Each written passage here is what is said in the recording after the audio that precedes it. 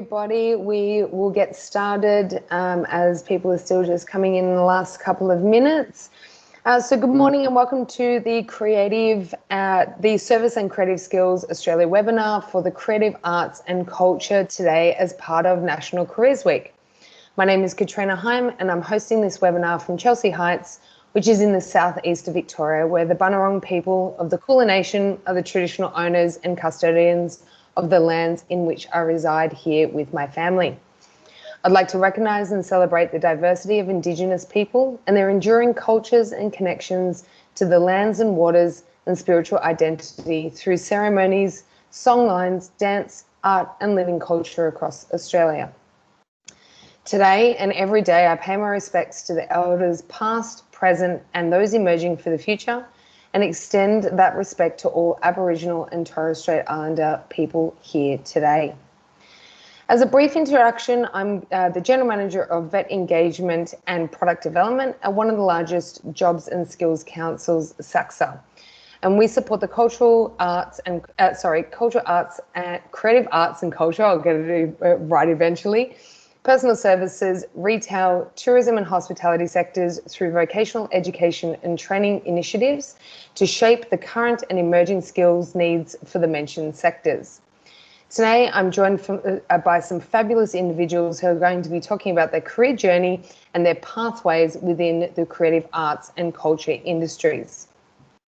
I'm not going to do their introductions. I'm going to get them to do their introductions today, but I would like to introduce Harry Tanswell, Emma Karmas, Tom Skelton and Olivia French here today, who are going to be answering questions on this panel, and each of those questions they will answer, and then we'll jump to the next person so that we get all the questions through, hopefully in the half an hour that we have here today.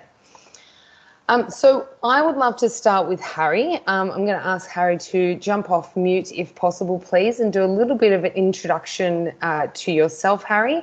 And tell everybody about your career pathway into the creative arts and culture space, please. Welcome, everyone. My name's Harry Tanswell. I'm the Technical Operations Manager at the Pavilion Performing Arts Centre down here in Sutherland. It's a brand new performing arts centre that just opened up around this time last year. So it's quite new. My sort of background is in theatre lighting, design and systems. I started off at quite a very young age in early primary school years, and then sort of worked my way through high school, completing a Cert 3 in live production and services in Year 9 in accelerated entertainment. And then from there, graduating high school, went on to NIDA to study a diploma of live production and technical services. And that sort of opened up an opportunity for me around a lot of other bigger performing arts venues around Sydney in general. I was freelancing for a little bit there on graduating NIDA, and then picked up a job at the Sydney Opera House, where I have been before this role in the last 5 years, in the capacity starting off as a lighting technician there for the first 2 years, and then moving into a lighting supervisor role therein. So when I moved into the supervisor role, I undertook an advanced diploma in live production and management services to sort of supplement my career and where I was at within my leadership role. And then from there, obviously looking into more the business side and event management side of things. Studied 2 postgraduates in strategic business leadership, which gave me a sort of background knowledge in how to run business and how to run the portfolio, and has enabled me to get the role that I'm in currently at the moment. So that's a little bit about me and where I've been. Amazing. Thank you, Harry. Emma, would you like to jump on and give a little bit of introduction around to your background and your career pathway into creative arts and culture as well, please? Hey, Katrina. Good morning, everyone. My name's Emma. Sorry, excuse me. I graduated high school at 17 and went straight into a Bachelor of Performance at ARDA. It's formerly ARDA. It's now been absorbed into the Australian Institute of Music, and my time there really gave me a very, very broad overview of lots of different pathways into the performing arts, and I naturally gravitated towards production, stage management and producing.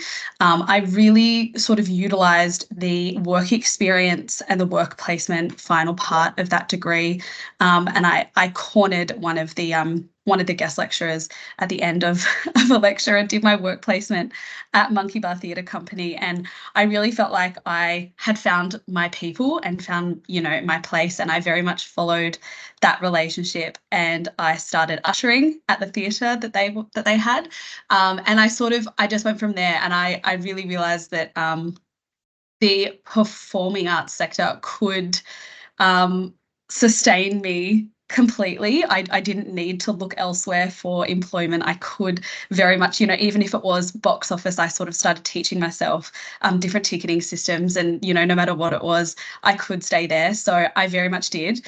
I really, really wanted to be a producer, and so that's what I did. I sort of found my place there. I started searching for mentors, and I worked freelance. I worked at my university that I had graduated from. I also worked at Sydney Film Festival for a while, very much sort of stayed in that events venue management space for a long time. And then I was appointed associate producer at Monkey Bar, and now I'm the producer, and I've been there for a few years now, sort of through COVID and out the other end. Amazing. Thank you for introduction, Emma. And Tom, would you like to also introduce yourself and talk about your career pathway into creative arts? Yeah, absolutely. My name's Tom. I'm the production operations manager at the Art House in Wyong on the Central Coast. My career pathway is started in the technical aspect of the creative arts and culture sector. Like many technicians, I guess I started at school really, and then once I finished school, I enrolled with a registered training organisation based in Sydney to do an advanced diploma as an entertainment technician.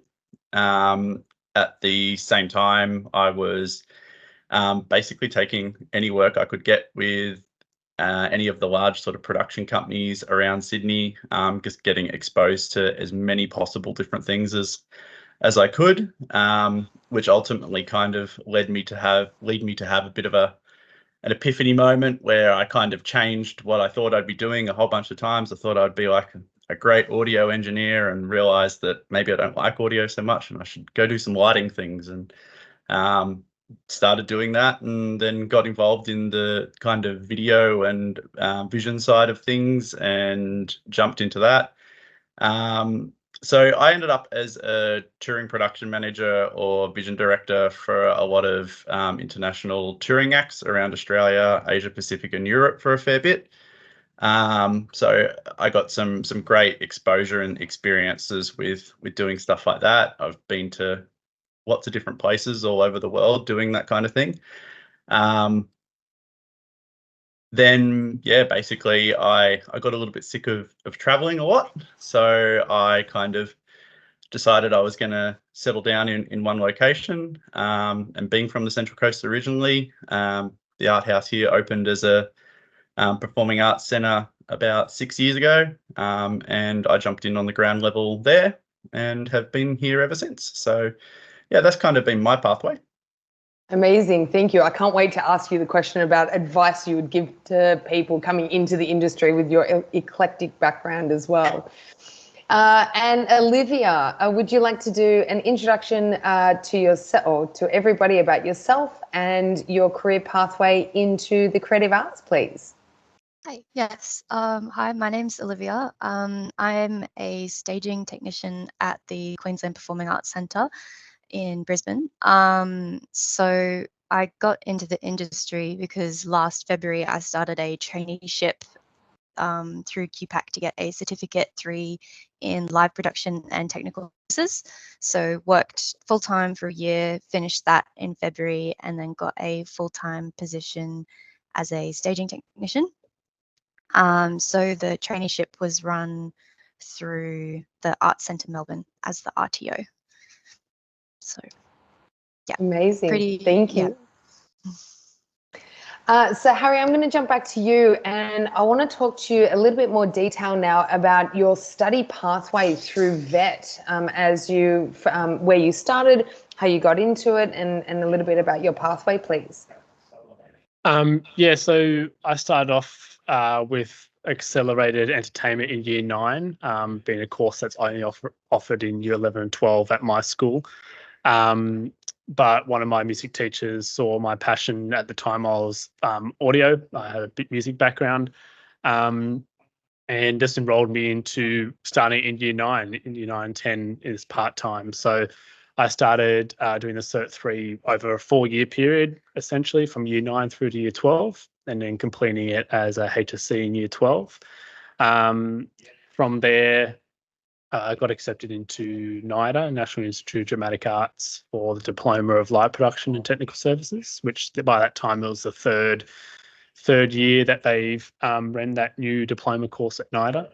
And then that avenue sort of opened up more opportunities, as I said, moving into in the freelance world, and then onto the Opera House, where they gave me the opportunity to undertake study in the Advanced Diploma of Live Production and Management Services. That was as I was going into more of a leadership role within the department, and then done a bunch of other short courses as well at TAFE through the Opera House to sort of prepare myself for leadership in that role, because it is quite, it's quite a role at the Opera House, managing 5 different venues in the capacity as a lighting supervisor. And then from there, I sort of moved into further study into postgraduate, and where I wanted to see myself moving into. I really enjoyed being in a leadership role at the house, and I did also enjoy the facets of production management as well, and that side of things. So I wanted to move into more of looking after a venue, potentially looking after multiple departments across the venue itself. And then the opportunity popped up down here in Sutherland for the refurbishment of the old Sutherland Entertainment Centre to the pavilion as it is now. So I thought that'll be a perfect opportunity for my growth and my development in my career to jump into this role. And it was definitely been a big challenge. There's a few contacts that helped me get me this role that used to work at the Opera House, and said that would be great for me to open up a new venue and to see what it's like implementing all the technical systems across a broad range of departments. And it definitely has been one of my greatest career challenges so far, and I've been very grateful for it. Earlier on there were 60, 70-hour weeks, and that's what we take as technicians. So, and then, moving into this role, I studied postgraduate diploma in strategic business leadership. So it actually gave me more of an understanding at a local government level of how to run the business or the organisation as a whole, because I was really one of the first employees of the pavilion. So I really had to be at the forefront of developing policies and procedures, organisational strategic goals, etc., before we got our permit director to come on board and help facilitate that. So that was really, really challenging in a bit, because it was moving away from a lot of that technical and sort of creative input into what we do in theatre, and moving more into the sort of more political and sort of strategic vision of the organisation, which has been good. And now I'm slowly moving back into where I fit in my role.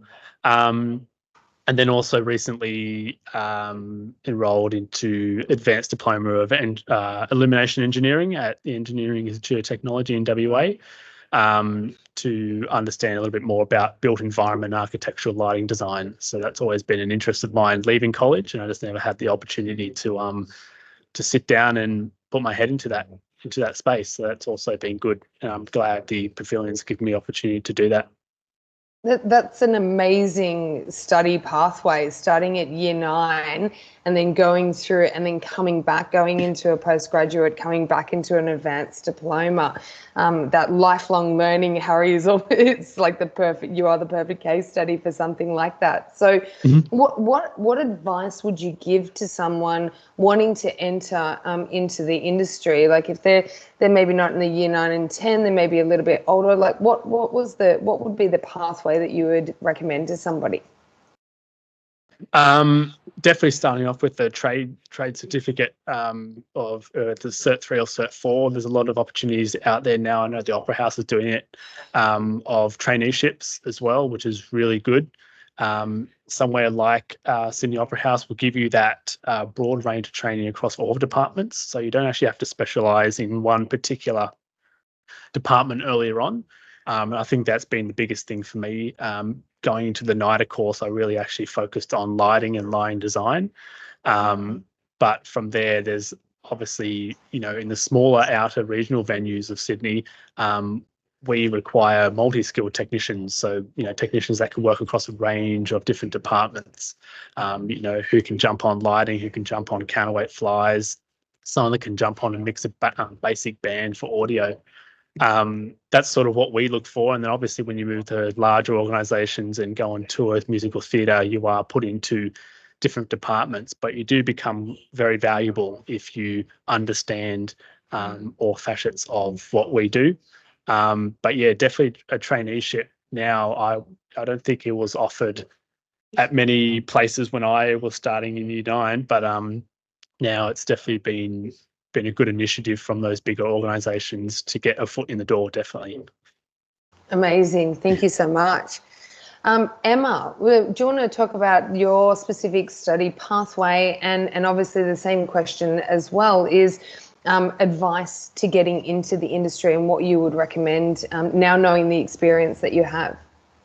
Just quickly going off of what Harry just said, I can completely back that up. I was in a tech week last week, and I was like, who is that on the lighting desk? And it was a lovely student we had on their placement, sitting there like tapping away, programming lights, and it was incredible. So I can completely back that up.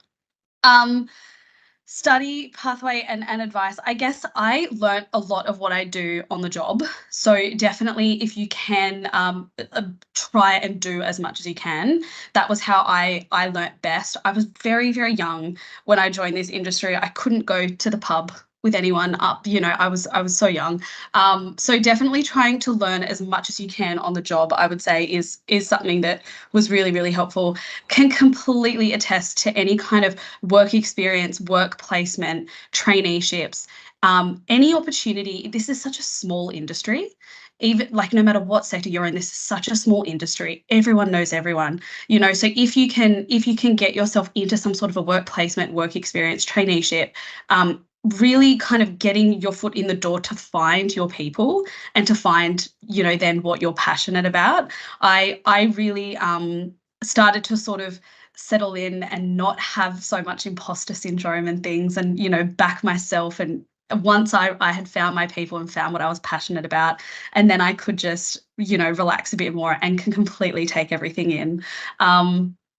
I very much believe in the ethos of it's very much a monkey bar thing of we follow the relationship, and I think that's so important. Find mentors and other like-minded people like yourself, I think is really important as well. Just being a good person to work with, friendly, open. I can't tell you how great that is as well.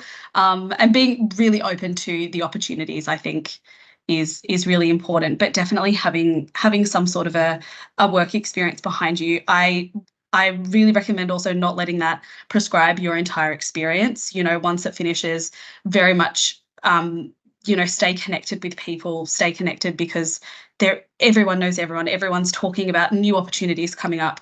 So I think that's really important. And also don't be afraid to start small. Start super small. I ushered for about a year before I then did anything else. Like start super, super small, and that's completely okay. And then go from there. I think that would be my advice. I love the find your people. Yeah. And getting that connection and building those relationships is so important when you really are starting out your career journey. Oh, yeah. And you both mentioned traineeships along the way, and actually asking and seeing, making sure that you're building those connections and asking for those opportunities as well. So thank you. It's a really good theme that we're kind of rolling through. So I'm going to throw it over to Tom. Same question, the study pathway and the advice to get into the sector.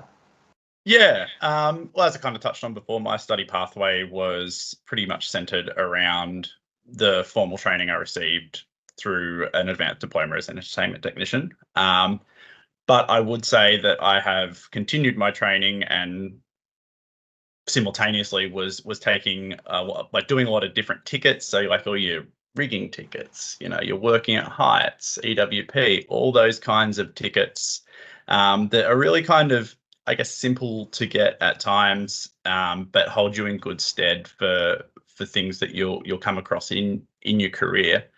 I think the key is taking every single opportunity that presents itself to you. I mean, from a technical standpoint, the industry is crying out for people at the moment. We're in a real skills shortage at the moment.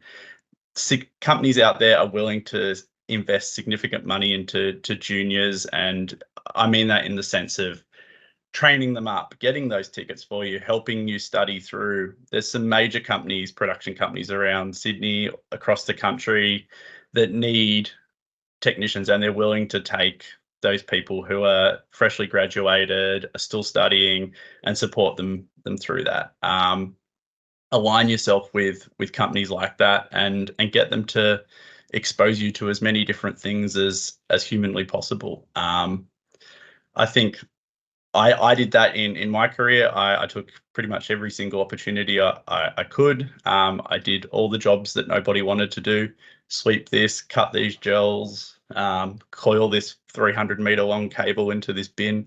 It's you have to do all the little jobs to get to the big jobs. And yeah, I think the key to it all is put yourself out there, say yes, and don't be afraid to say yes, really. And like you said, getting all those fundamental tickets, the working at heights, the things that don't take a lot of time, but really do build on those skills when you're applying for roles as well, so that you can be flexible within the jobs that you undertake as well. So I'm really glad that you added in those accredited training. And organizations will help you with that now.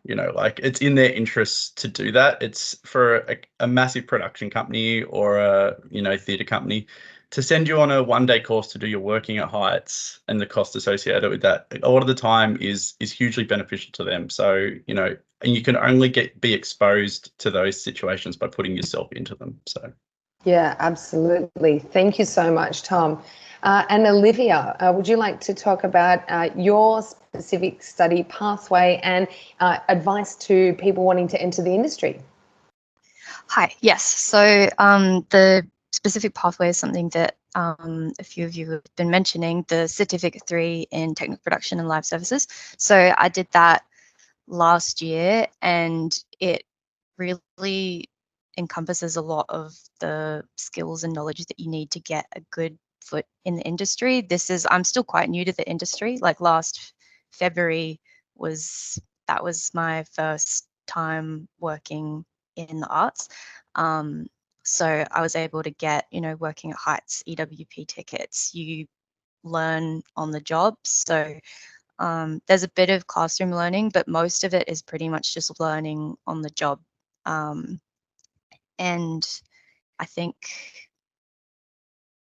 advice-wise, I kind of had a habit of just checking, like before I got the traineeship, I had a habit of checking websites of different production companies and theatres in the spaces around Brisbane to see like what internships or entry level things that they had going, and just applying to those. Any sort of apprenticeships and anything like that, basically. And I guess, yeah, just trying to network as best as you can. And it's definitely true, the sort of everyone knows everyone. You sort of see the same people all the time. So just keeping up connections and everything. But yeah.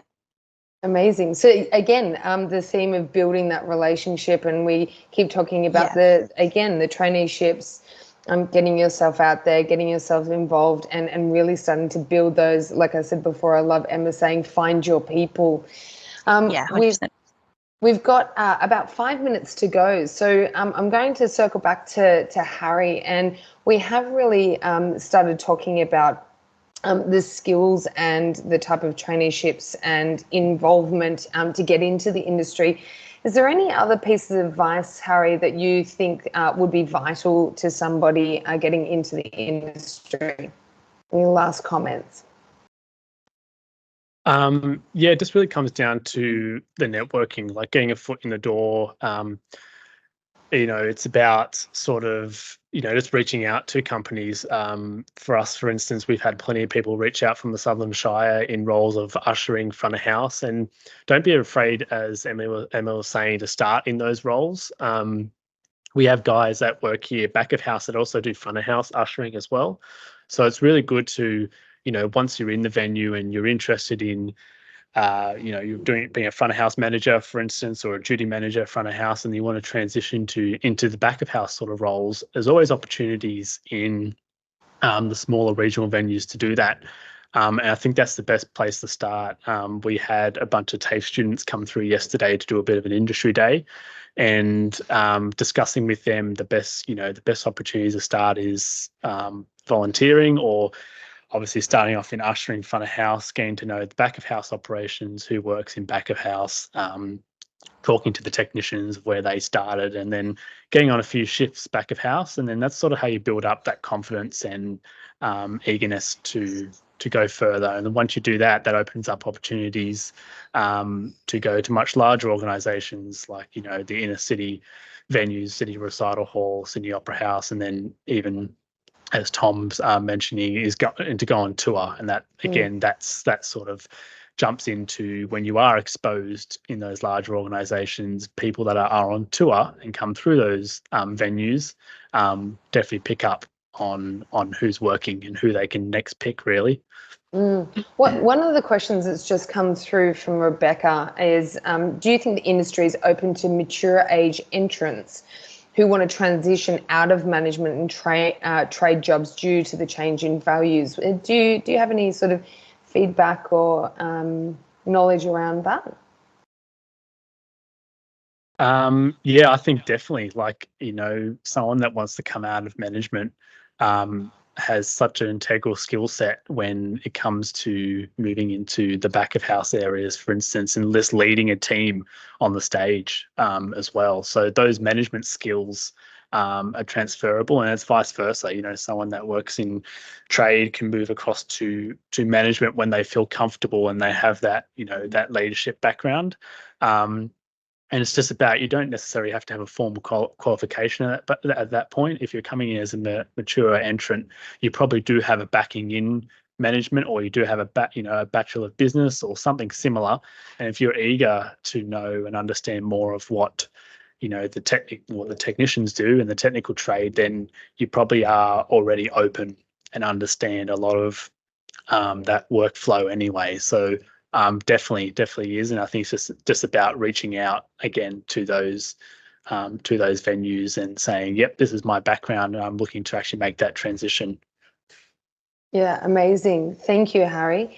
And Emma, I'm going to ask you the same question that Rebecca put forward as well about mature age entrants. Totally. Within your sector. Yeah. This is like the most open and accepting industry I've ever come across. I don't think age has anything to do with anything. I started off in this industry when I was so bloody young, and I've never felt that I was discriminated against because of that. So 100%, it's about who you are as a person, I think, rather than your age or even your formal training, or, it's more about your skill set and who you are as a person. And there was another question that's being answered in the chat, and I just wanted to add in, it was sort of about advising of the different kind of technical roles that those companies are seeking. Monkey Bar is primarily a touring theatre company. So when it comes to the technical roles that at least we are seeking as a touring theatre company, as well as others that I know of, sort of medium to large, it's very much a sort of all skills as far as technical role goes. So it's a technical coordinator role that can be both, calling the focus, managing mics, AV. So it can sort of be an all-rounder role is primarily what we look for, and I would say what most sort of small to medium touring theatre companies would be looking for. Amazing. Thank you, Emma. Tom, I see that you've obviously responded in the chat about the same question. Is there anything that you wanted to add for the last sort of couple of minutes? I mean, going back to that question that was asked in the chat, what are production companies sort of looking for, and just echoing what Emma just said, I think that, I think multi-skilled technicians and those kinds of people who are willing to get in and do all the jobs, not just limiting yourself to one department.